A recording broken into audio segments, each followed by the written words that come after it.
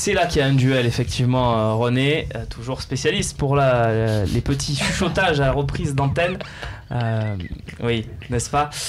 Petit duel aujourd'hui qui concerne la défense. Quelle défense aligneriez-vous face à Bordeaux? On rappelle le contexte, Grégory Sertic forfait à 95%, on va dire. Il y a peut-être un petit miracle possible, mais bon, on va considérer qu'il est forfait. On va attendre d'ailleurs la conférence de presse de demain de Rudy Garcia qui nous en dira peut-être plus, mais il part forfait.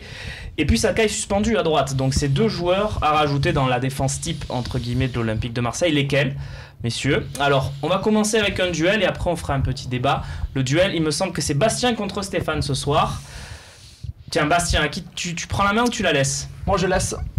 Stéphane Bringuier, bienvenue dans le duel. 30 secondes, quelle défense face à Bordeaux? Question simple, réponse de Stéphane.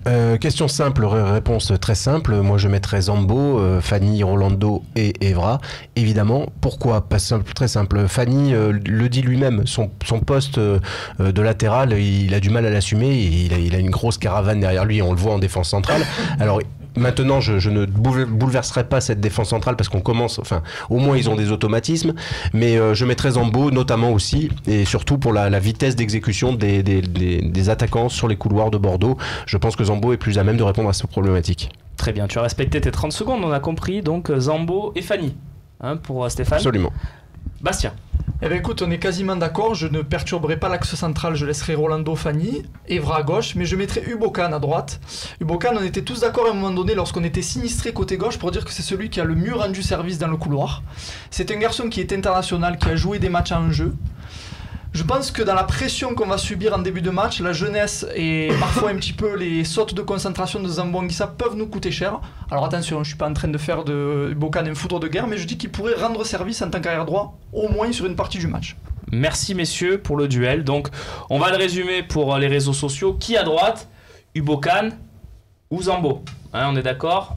Même s'il y a d'autres possibilités, hein, on va les regarder peut-être avec quelques schémas. Qui arrivent tout de suite, les possibles compos donc défensifs de l'Olympique de Marseille. La voici, la première avec Zambo, donc ça c'est ce que proposait l'ami Stéphane. Et puis ça c'est ce qui devrait être le cas. C'est ce que moi je souhaiterais plutôt Ubokan, mais les infos qu'on a, c'est que c'est plutôt Zambo qui démarrerait à droite. Tout à fait. Et puis la deuxième donc qui est celle qui voit Fanny, le remplaçant logique de Sakai, jouer à ce poste d'arrière droit. Et là, il faut bien trouver quelqu'un, René, et c'est Doria. Mais je crois que tu aimais bien cette possibilité. Par défaut, c'était peut-être ce que tu aurais choisi, toi. C'est-à-dire que je donne raison à Bartier, mais pas pour les mêmes raisons. C'est parce qu'on s'est aperçu que quand même Zambo, malgré toutes les critiques qu'il subit de temps en temps, eh bien, en cas de coup dur, il est imparable au milieu. Voilà, c'est un garçon qui est indispensable. Ah, tu te le garderais en joker du milieu. Ah oui, on ne sait jamais ce qui peut arriver. Et moi, mais pas là, par contre, pas Fanny, mais Ubokan. Mais ça t'empêche pas en cours de match de faire monter Zambo au cas où... Non, oui, mais si Zambo, si il est derrière, si on a besoin de lui au milieu, qu'il est crevé, c'est pas la peine alors. Mais moi, là, je mettrais Ubokan, Fanny, Rolando, Evra. Evra. Voilà. Et Zambo sur la route. Donc tu es d'accord avec Bastien? Voilà, je ne mettrais pas Michel, ces choses. Qu'est-ce qu'il ferait? J'avoue que... propose Bounassar. Très bon. Ouais, j'avoue que c'est rare que je sois si neutre. J'ai pas une formule qui me fait grimper au plafond. Je trouve que Hugo Chan c'est une bonne idée. Franchement, parce que comme tu l'as dit, il a été bon à gauche et puis c'est son pied droit, hein. Il est droitier, il est international, mais ça fait quand même pas mal de temps qu'il n'a pas joué, même pas 5 minutes. Depuis décembre, il a pas joué. Donc Zambo, voilà, comme dit René, il donne satisfaction à chaque fois qu'il joue. Voilà, moi c'est par défaut, mais franchement, tu me mets un couteau sous la gorge, hein, parce que je suis Doria, pas vous n'en voulez pas, messieurs, vous êtes non. tous unanimes. Non. Moi non. Ah, non. Bon, non, d'accord, moi... il m'avait pas semblé si nul sur ses dernières apparitions. Ouais, non, mais c'est surtout de ne pas voir Fanny à droite. Moi, je pense que c'est vraiment primordial. Par contre, je peux répondre à cette question tout de suite. Pourquoi pas le petit Camara à droite? Parce que tout simplement, il a joué aucun match en Ligue 1. Il a 17 ans, le minot. Il va signer, il va pas signer. Et tu vas pas le mettre le match décisif arrière droit. C'est même pas son poste en plus. Non, mais même c'est l'assassiné dans un match avec un tel enjeu. Voilà, le faire jouer à Sochaux pendant 60 minutes, c'est une chose. Mais et on remercie quand même Alex pour sa question. On remercie tout le monde. #LiveTalk si vous voulez intervenir. Il y aura une partie questions-réponses beaucoup beaucoup de questions, notamment les questions mercato. Posez-les à ce moment-là, allez-y, faites-vous plaisir. Non, mais on peut... Oui, Michel et René. En 10 secondes, il a un peu dit, Stéphane l'a dit, on ne fait pas d'expérimentation un match comme ça, qui est comme une finale. L'axe central, on ne le change pas. Point. Et après, tu es obligé de mettre quelqu'un à droite. Donc, évidemment, mais pas d'expérimentation, que ça soit Camara à droite ou on ne change pas Fanny Rolando. Très bien. Bastien et René. Moi 10 secondes, si on peut parler un peu de la compo, juste parce qu'on a 2-3 infos. Florent Thauvin, malheureusement, ne s'est pas entraîné de la semaine avec le collectif après en salle, je sais pas. Tout à fait. Et ce matin, il n'y avait pas non plus Rémi Cabella. Voilà, c'est juste, je veux pas affoler nos amis supporters. Ne les affolons pas parce que les deux ont une petite gêne suite au match. Ils sont tous les deux sortis pour cette raison. Mais ça mais on peut quand même dire qu'au niveau offensif, on ne se prépare pas dans les conditions optimales. Ils seront là, normalement, quand même. Je le souhaite au moins. Il y a quand même Bill Clinton, il est là. Ouais. René, moi ce que je voulais dire, c'est par rapport à Camara. On a tous cru que tu l'as ici, mais c'est pas grave. C'est par rapport à Camara. Dieu sait si je suis pour la politique des jeunes, mais il fallait le mettre avant.